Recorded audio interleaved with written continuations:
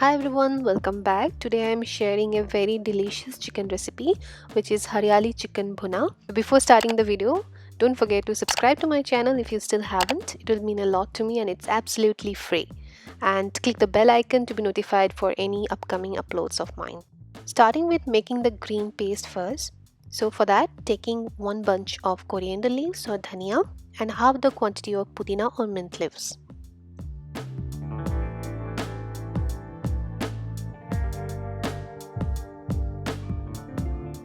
Also adding 2 to 3 green chilies and making a smooth paste out of it. Try not to add too much water, just enough to make a paste.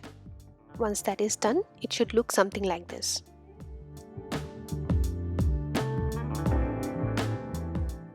Moving on to the pan, so I have taken around 2 to 3 tablespoons of oil. Once the oil is heated, I am adding around 1 cup of chopped onion, which is around 1 large onion or 2 medium-sized onions. Keep the flame low and try roasting the onions very slowly till the onions are brown and nicely caramelized.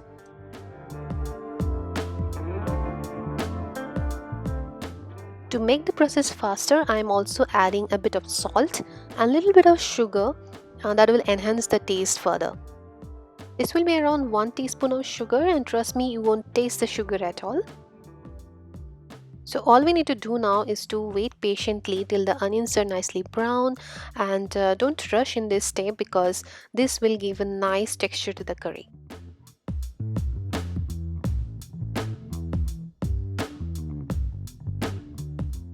Once the onions are softened and the raw smell is all gone, add around 1 heaped tablespoon of ginger garlic paste. Mix everything together and saute again on low flame. Once you feel everything is well incorporated and the raw smell of ginger garlic paste is also gone, you can add the dry spices. So starting with turmeric or haldi, around half teaspoon of haldi powder, around 2 teaspoons of coriander powder or dhania powder, and around 1 teaspoon of jeera powder or cumin powder. I'll also list all the ingredient list in the description box, so don't forget to check that out. Also adding 1 teaspoon of red chili powder, but keep in mind that we have also added green chilies in the green paste, so adjust the heat accordingly. To blend the spice and not let them burn, add a splash of water.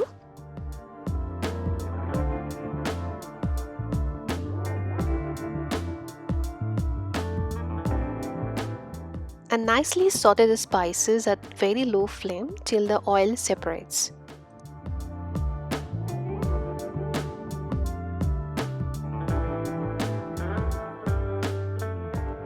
As you can see, the spices are all well incorporated with the onions and ginger garlic, and the oil has also separated, so it is the correct time to add the chicken.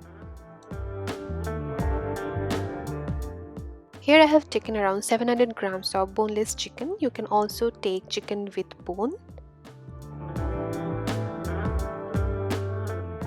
Turn on the heat and then roast the chicken along with the spices till everything is well combined.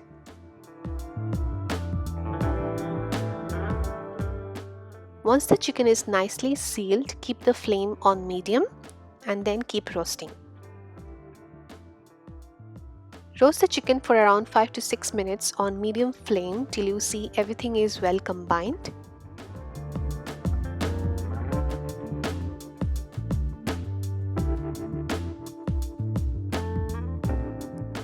Once you feel that the chicken has been nicely roasted and the oil has separated again, turn down the heat to the lowest as we'll be adding yogurt into it.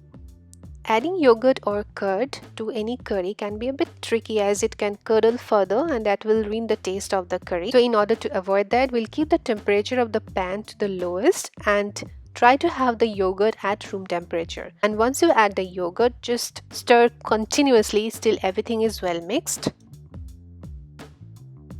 Once you feel that the yogurt has been mixed smoothly, and it will take around 1 to 2 minutes, cover the pot and allow the chicken to cook for some time, around 5-6 minutes. Since we are not adding any water in this recipe, covering the pot will help in cooking the chicken further.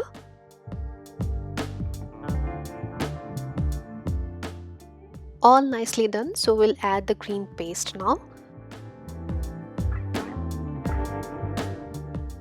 Mix in the green paste very thoroughly with the chicken, and this is when you'll realize the blast of flavor in your pot, and this is what makes the recipe so delicious.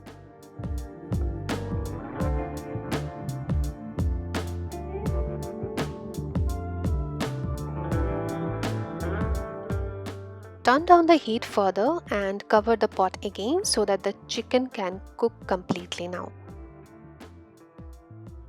After 3-4 minutes, this is how it should look like, and you can see all the oil has come up, and because of the dahi or yogurt, the oil has nicely separated. You can check the seasoning now, and you can add in salt if required.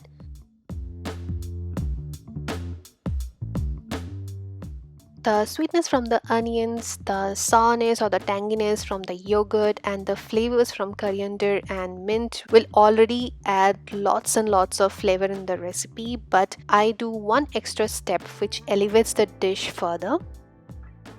So heating around 1 tablespoon of ghee in a pan and adding 1 dried red chili.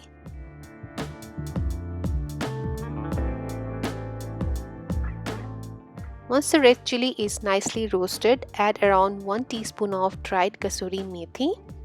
Make sure the heat is turned off by then, otherwise this will burn. And immediately add this tadka onto your dish. So this will add a kick of flavor to your dish, and it's completely optional, but I'll definitely recommend doing it.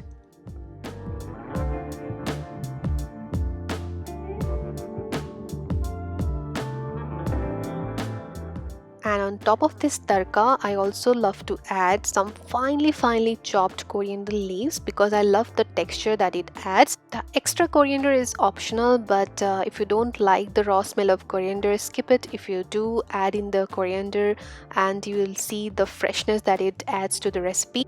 Finishing this recipe with a small pinch of garam masala and covering the lid immediately so that none of these beautiful flavors can escape. Turn off the heat, keep the lid closed and give it a standing time of 5 to 10 minutes minimum. And trust me, this is all worth the wait because once you open the lid, you will have a beautiful combination of flavors from the freshness of the coriander, the subtle flavor of the garam masala, and everything amalgamated so beautifully. And this is done. Serve it with roti or paratha or naan. I personally like it with paratha. It also goes good with rice. You can definitely serve it with pulao or any such rice recipes. Also, it's a nice option to serve it in a Kathi Roll or inside a nice tortilla wrap. So do try that one too. So I hope you recreate this recipe and let me know if you do, and tag me on my Instagram or comment below. If you like the video, don't forget to hit the like button and it will inspire me to make such videos more. Don't forget to subscribe if you still haven't and click the bell icon to be notified for my future uploads. And also follow me on Instagram if you are interested in home decor and food related posts. I post there more regularly. So on that note, signing off today. We'll see you in the next one. Bye bye.